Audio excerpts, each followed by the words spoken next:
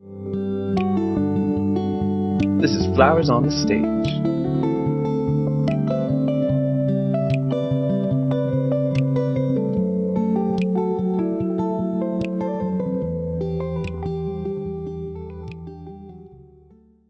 I don't know that I had much of a belief about music when I was, young, let's say up until I was 12 years old, except for the fact that I loved it and it made me move.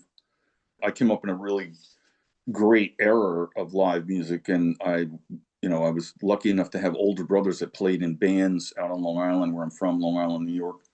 And so I experienced their experience by going. Even my older sister would take me to see my brother Dennis play, and he had the most popular band on Long Island. So like basically to me, because I'd seen the Beatles on Ed Sullivan, and then going to see them, it was like, wow, this is like the Beatles, because basically everybody was going out of their minds to see the band, and they were doing a lot of Beatles covers, and also their own originals, even though this was, we're talking like 1965, and so I experienced it maybe a little more viscerally, as far as the actual experience of seeing live music and seeing an audience react to people that I knew. I knew everybody in my brother's band, the Nocturnes, because they were all my brother's friends, and so, but pretty soon I realized that the control of control is probably not a great word, but like what you do in a moment when you're performing has an impact in real time to an audience. And until you actually do that and experience it, I mean, as far as being on the other end of it, as opposed to being an audience member, you're not aware of the circular uh, energy that happens between a performer and an audience. An audience, you just like, yeah, this is great, but you're not, but when you're on stage, and it takes a little while, especially like, you go through any artist or musician performing will tell you that, you know, you're in a, if you're in a situation where you're playing for 5, 10 people, you're not going to have, it's not going to be like playing for like a couple hundred people and they're all listening. However, you learn another thing about that, which is important in your career, is like not allowing the fact that there's only 10 people there affect how you perform. I came upon the whole philosophy early on, probably by the time I was 18 or 19 years old and performing in clubs in Long Island, that you got to play like Clive Davis is in the audience. Better Google that, folks. Um, and so it becomes like you can't let the amount of people in there affect how you perform. And then later on in my career, not too long ago, I would say probably maybe 20 years ago, I realized that kind of like you get enough facility with your technique, and I'm self-taught, so you get to the point where you feel super comfortable with what you're doing, and you can stop thinking about Mm. what you're doing, and then something else happens, something else takes over.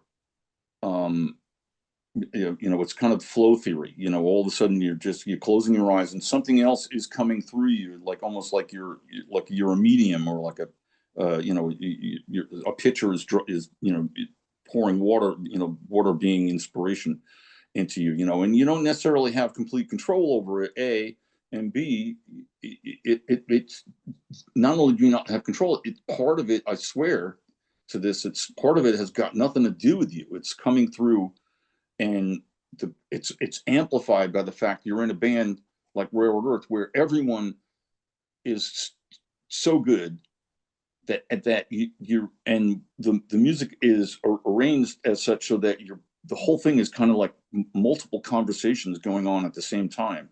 So it's like, and the lost art of conversation is being able to listen and then comment, listen and then Mm. comment. People nowadays, it seems to be, with the internet, they're too busy thinking about how they're gonna respond, or the whole.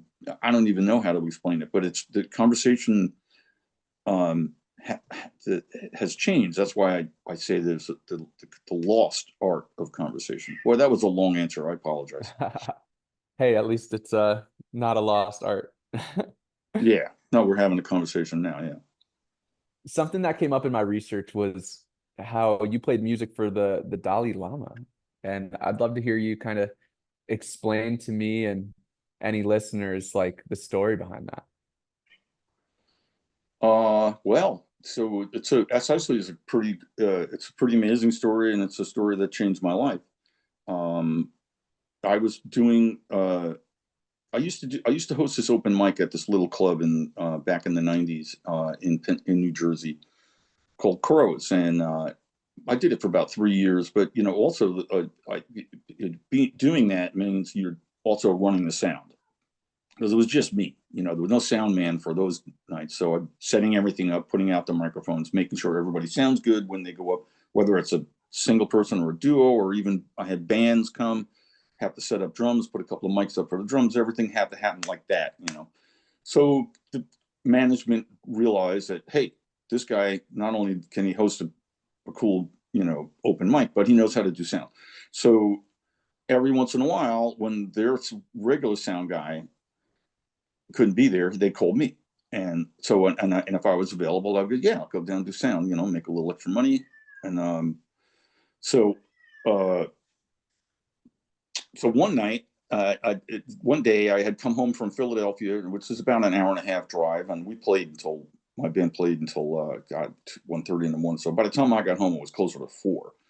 I was exhausted for the first time in my life. This is a little bit of a long story. You just got to hang in there with me. First time in my life, I walked in the door and I put my fiddle and my gig bag down in between the doorway between my kitchen and my dining room. Never had done that before. Usually I walk right in, go to my office, put it where it belongs, and then, get ready and go to bed. I wake up the next day, making coffee and all. I don't get up until like 11 or so. And I knew that they had given me, actually the day before, they had called me hey, we need somebody for Saturday, but our guy's sick. Can you come in? This was Friday in the morning. And I was like, yeah, man, I could do that. So about 4:00, I get a call from my friend Bobby Cybarth, and he's like, hey man, you're doing sound for us, man. Why don't you bring your fiddle? And I'm like, yeah, okay. And this has been happening to me over and over again, where like people like, yeah, bring your fiddle and come and play. And like, well, I said, sure, man, I'll play. I can do both. Is there any money? I mean, like, I'll just put me on the gig. And he's like, man, it's just, the money's, we're already spoken for. And I said, well, I'll tell you what, man, I'll just do the sound, because I'll do a good job and I'll just concentrate on that. And, it'll be good to see you. And so, all right, man. So we left it at that. Now it comes time for me to go. And I'm walking out the door. As I go by, I spy my fiddle and gig bag out of the corner of my eye, and I go, screw it. I grabbed it, threw it in, and I wound up sitting in on the last 2 songs. And it was great. And so he had this guy, Bobby Cybarth, it turned out that the bass player, it gets even more ridiculous. His bass player was sick, and he had to call a sub. And this cat came out from New York named Mark Dan. And he was playing from charts, and he killed it. He's playing it like he'd been playing it, for months. At the end, after I did my 2 songs sitting, he comes up to me and he says, hey man, that was really cool. It was really fun. It felt like we really connected. You want to go to India? And I'm like, wait a minute, what? Where'd that come from? Late night, they were sitting around, I'm rolling chords up, everything's, and yeah. And I was like, and I thought about it, and I was like, so of course I was in that mode, and I was like, well, so what's the bread? And he's like, oh, there's no bread, but it's, we're going to be playing, the Dalai Lama is having the World Festival of Sacred Music in Bangalore, India, and we've been invited to play, and we're looking for a soloist, and you'd be perfect. And but so, and by the way, yeah, you have to pay for your own ticket, the flight. Well, once you're in India, we'll be in the care of the Indian government, and we'll have a driver and a translator and all that stuff, and they'll put you up in places. And I said, well, let me think about it. I was about to produce this record. I was doing, literally about to go into the studio the following week. I had all these gigs booked with the band. And so I went home and talked to my wife the next day, and she immediately was like, put it all in focus for me. She was like, okay, wait, are you going to tell a story about those gigs you booked and that record you were producing? Or are you going to tell a story, when you're 70 years old, about going to India and playing for the Dalai Lama. And I was like, okay, well, that makes sense. So we figured it out. We and this is, the other thing that's interesting is that I had just started Railroad Earth early. Like it was in the thought process. We hadn't played any gigs, but my wife at that time she was in graduate school. So the only money that we were making was what I was making playing gigs and, producing records and stuff. But she was still like, no, you got to go. This is something you have to do. So 2 weeks later, I'm at the Indian consulate in New York with this band called the Dharma Bums. And they're all a bunch of freaking nuts, man. I felt like I got hijacked by the, Fabulous Furry Freak Brothers or something. And literally, like a couple of weeks after that, I'm on a damn airplane to India, 23-hour flight. And dude, we were there for a day, and then we performed, and the Dalai Lama is there. And the second part of the festival was in Delhi. When we get to Delhi, we get word from His Holiness through the secretary at the Tibet House that he really loved the performance, and if we were going to be in Dharamsala, which is where he lives, anytime in the next couple of weeks, that he'd love to have us come down and play at his home for him and his staff. And we're like, hell yeah, we're going to do that. And we immediately, extended our visas, hired a car after the festival, hired a guy and a driver to drive us across the Punjab, 12 hours into the Himalayas. And that we wound up playing for His Holiness in his house. All of a sudden, his staff wound up being his secretary. So it's just the two of them in their living room with us playing, and that's how it happened. It just sort of the power of like what the hell can happen. Just because the bottom line is, I would have never seen that fiddle or gig bag. I would have went to the gig, wouldn't have had that, and that's the only time I ever put the instrument there before, or I've never done it since. Never done it before, and there it is. And now all of a sudden, that little dumb thing put me in front of the Dalai Lama playing music in his house in India. I mean, what the hell? How's that shit happen? I don't know. So in that moment, what was it like? Well, so he greets us at this breezeway, like this fenced-in porch at the back of the house, because the little waiting room is just off that. So we're waiting, and we're seeing all of his, there's pictures of him with Clinton and Bush and the Bush the elder and Reagan and like all of these. He's got pictures of pretty much every president going back to good God, I'm going to say Nixon, and all of the other things. And then I come around the corner, and I'm the only non-Buddhist in the band. And as soon as we come around the corner, he's standing there, and the three of them are prostrating in front of him, like doing like what every Tibetan does in front of well, so he's the emanation of a bodhisattva, a bodhisattva, which is someone that is aware that they are going to be they're going to be achieve nirvana, but it said they volunteer to stay so they can bring other humans with them, and so and he's coming in, he's grabbing them off the ground. No.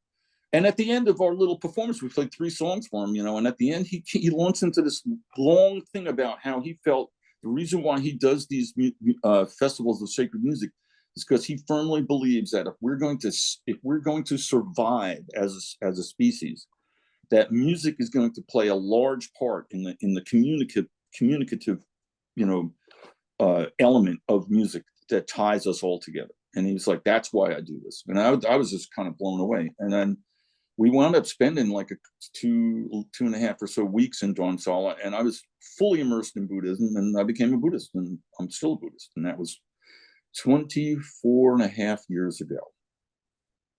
In each episode of Flowers on the Stage, we will be featuring an organization whose mission we want to amplify. Conscious Alliance is an iconic community of bands, brands, artists, and fans on a mission to awaken compassion and end hunger nationwide. Conscious Alliance brings artists and fans together for art that feeds food drives at live music events, while also engaging with food brands to make large-scale food donations. Through these connections, they are able to raise the funds needed to bring it all home to their national distribution center in Broomfield, Colorado, where a group of badass volunteers and local hunger heroes make sure meals get to families in underserved communities nationwide. Find dates of their upcoming events and ways to get involved at consciousalliance.org. To nominate a future featured organization, message us on socials with a link to the organization you'd like to nominate. Now, back to the episode.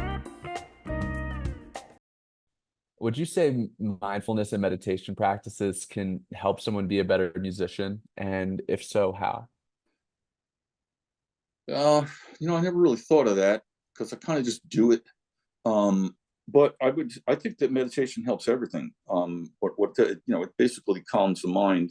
That's part of the deal. You want to limit the internal dialogue, and you just kind of want to witness. That's what mindfulness is all about.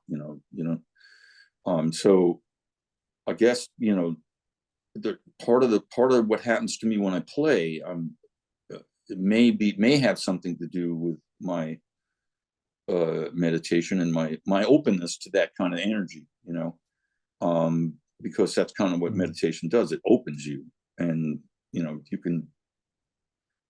It's so funny that the first time I sat down to meditate was in Dharamsala, in His Holiness's temple, which is on the property where his house is.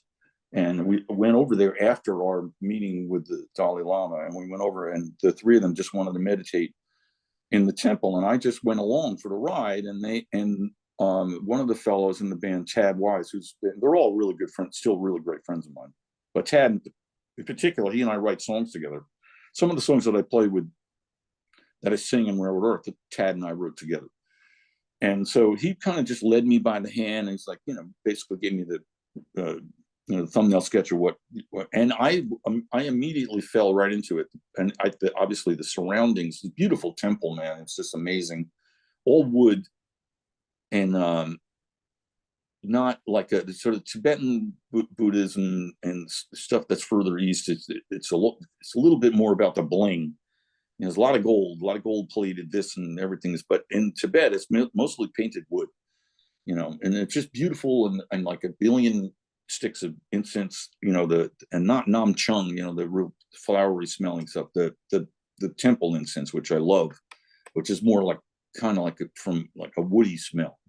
The place is just, and it was just, and I fell right into it, and I felt like, and I even said, I said to Tad afterwards, like after a while, I started to see this like kind of light pattern in my mind that kept kind of like flowing and going like this, and he was like, that is a sign that you kind of nailed it right out of the gate, because that's the representative of a mandala, what you were seeing, and it's not necessarily unusual, but it's not necessarily what people would see the very first time that they meditate. So I jumped in full body, and that's still there. So.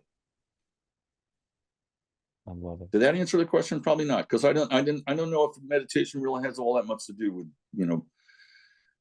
I guess it does, only because it's how you the way I play is I like to have a conversation with the people that are on stage, like I was saying before. And some of that is like being able to just stop thinking and let this other person,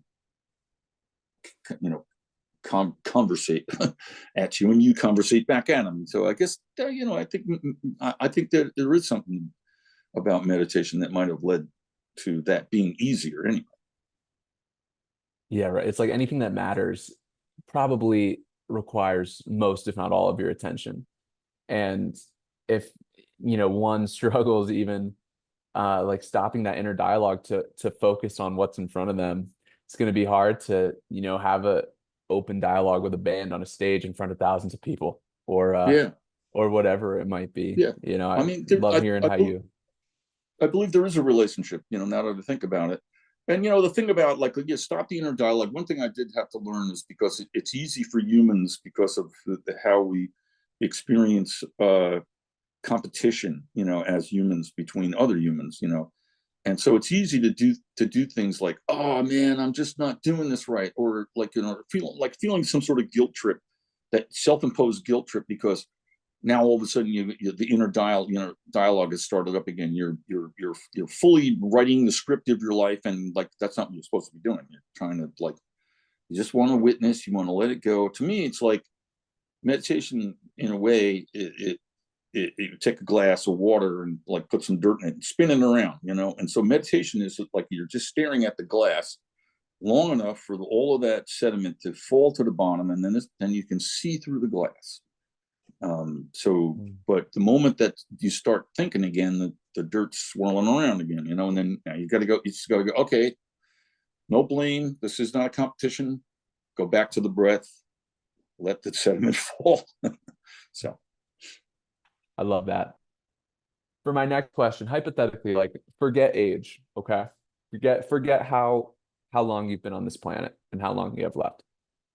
What do you think future you would say to you now today if they had the chance? That person would probably be saying, don't get wrapped up with thinking about your mortality. You're on the right path. Just continue doing what you're doing. So do you ever think about kind of what's next, your mortality, and kind of what mortality even means? Is that something you think about? I know in Buddhism and really so many spiritual practices have some idea of reincarnation or heaven or the afterlife. Like, would love to hear how you kind of think about that. I'm pretty sure any religion has an afterlife, unless of course you're an atheist, which, you know, I can understand people being atheists, because, you know, you have to, the life is full of mysteries, you know, and so, but one of the hardest mysteries to believe is that there is a higher power, you know, because there's absolutely no proof. You know, there's anecdotal proof, maybe, but and you know, Buddhism attracted me because it was more about what I was doing to work on me, and not so much there, you know, like there's no higher power entity. I mean, there's been more than one Buddha, you know, and Buddha is not a god. You know, Tibetans got another thing going, because they use allegorical monsters and gods, and most of that is to facilitate the teachings. You know, the world eater. You know, you ever see a picture of the unbelievable monster with the big teeth, and his teeth are wrapped over the top of a representation of the world, because he's eating the world, you know, and, you know, those kind of things. But I have been told by people that should know that is allegorical. It's not like there's not, you know, that monster that's eating the world is your fucking ego, you know, that kind of stuff, you know, so it's representative. But, you know, most religions are based upon be a good person, do good deeds, and you will be rewarded by, you know, eternal life. You know, I'm incredibly paraphrasing that, but you know, and Buddhists are pretty much the same way, because they're basically, it's like, and it's more compounded, because now you have thousands of years that have been of karma that you're carrying around in a big karma bag, and you're not even aware of it. You didn't do any of that shit. You didn't, like, you know, rob that tricycle from that 5-year-old, the other, you know, that when you were 10 years old, something, you know, some other kid did, you know, 50 years ago, or 150 years ago, you know, or 200 years ago, or whatever. You know, the Tibetans have this really cool saying in Tibet. The mountain, the sacred mountain is Mount Kailash, and what you want to do is, at some point, if you're a Tibetan Buddhist, you want to get to that mountain. You want to circumnavigate it as you prostrate, and you know, basically chanting with your beads. But you have to make your way all the way around the mountain. It's a giant mountain, and it takes days, weeks. One of the cool things about what I love is when the Tibetans will tell you in the writings that a single person has been reincarnated so many times, that we've been in this multiple planes of existence on Earth so many times, that to calculate the amount of time, it's as if a dove had flown across the top of Mount Kailash and just brushed its wings on the top of Mount Kailash until Mount Kailash disappeared. And that's how long we've all been here. This is Flowers on the Stage, a podcast about being creative and finding success. To support it, please check out our sponsors, New Belgium Brewing and Thrax CBD. And now, back to the episode.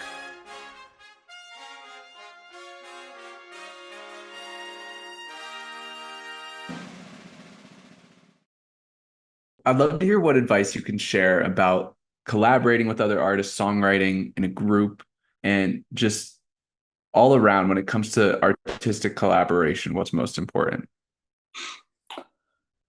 For me, what's most important is people is basically having the patience and to listen, and also, I mean, it's also like it's just another facet of the art of conversation in a way.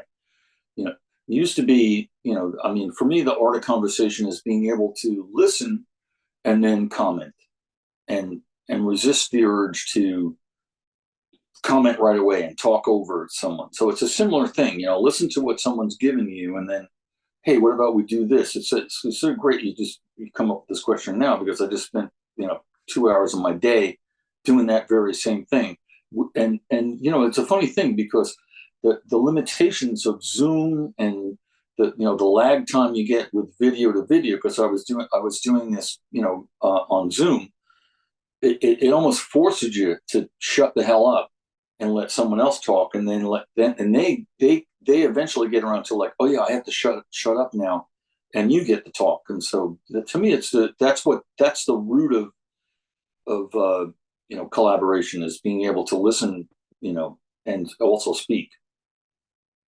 Like the art of shutting the hell up, but then also responding quickly and not just like kind of dissociating.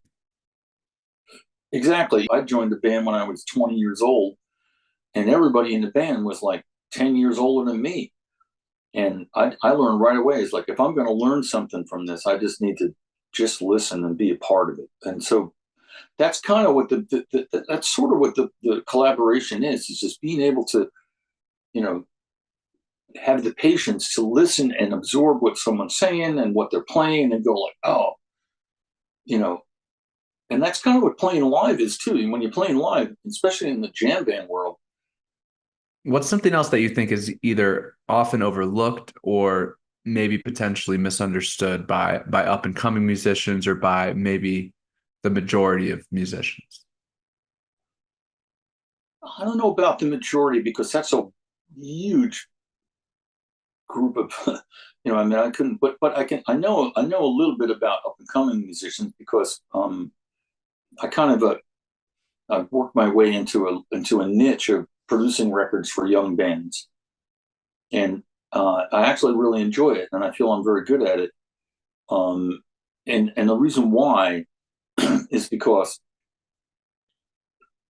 being in a recording situation in a recording studio is kind of like being under a microscope, and so I wish I had someone that was really like gentle with the process. However, people have told me that like producing a record for them is like going to boot camp.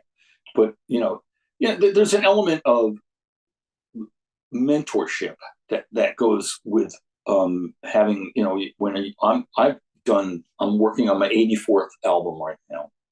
I'm lucky enough to have had like super amazing recording engineers that I recorded with, and basically like they recognized that I was interested in what they were doing, and they were like, hey, come in early, like follow me around. I'll tell you what I'm doing. Steve Byer, he saw that he saw that I was interested, and he was like, just come in early. I was doing a whole album session, and I was there an hour early for every setup, and he dragged me through. He showed me gain structure, how to what compression was all about, how it could be used, and how you could abuse it. And he showed me where to go find the sweet spot to put the drum set that that's going to get the best sound, all this kind of stuff.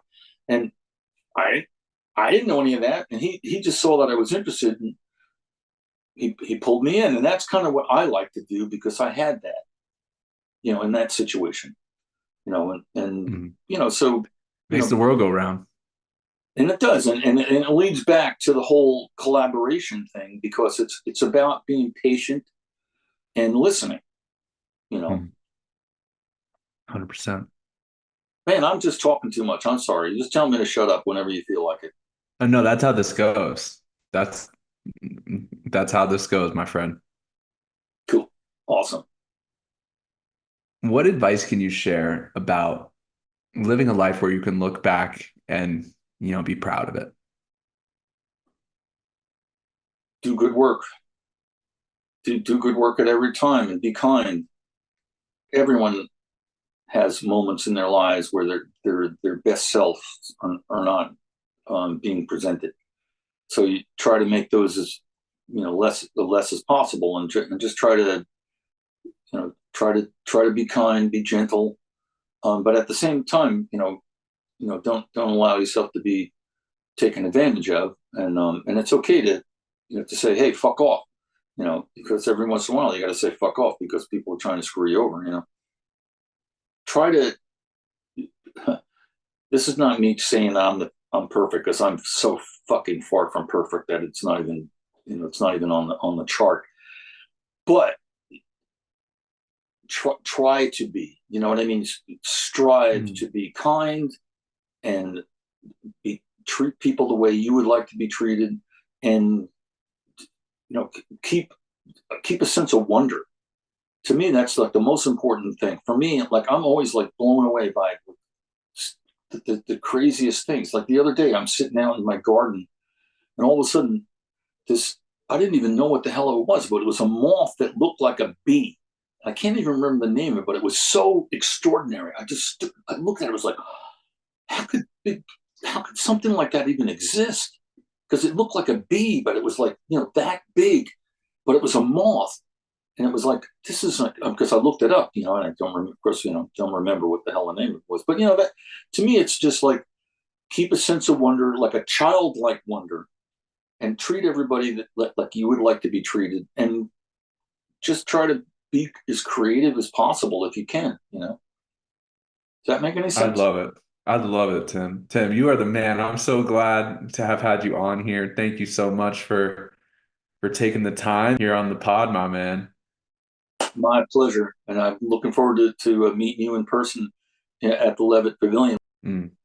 Can't wait to see you there. And yeah, everyone out there who's listened this far, we got links in the description. You can check out Railroad Earth's website there. We got links to get tickets to their 3-night run here in Colorado with Yonder Mountain String Band, Leftover Salmon. That's going to be at the Levitt Pavilion, Dillon Amphitheater, and then in Vail at the Gerald R. Ford Amphitheater. And hey, Tim, if any up and coming bands out there want to get in touch with you for production, how can they get a hold of you? TimCarbone.com, or my email is krishnabone@gmail.com. Krishna, like the Hindu god, Krish, Krishna, N-A, and then B-O-N-E at Gmail. Yeah. All righty. Well, And we'll have the website linked below.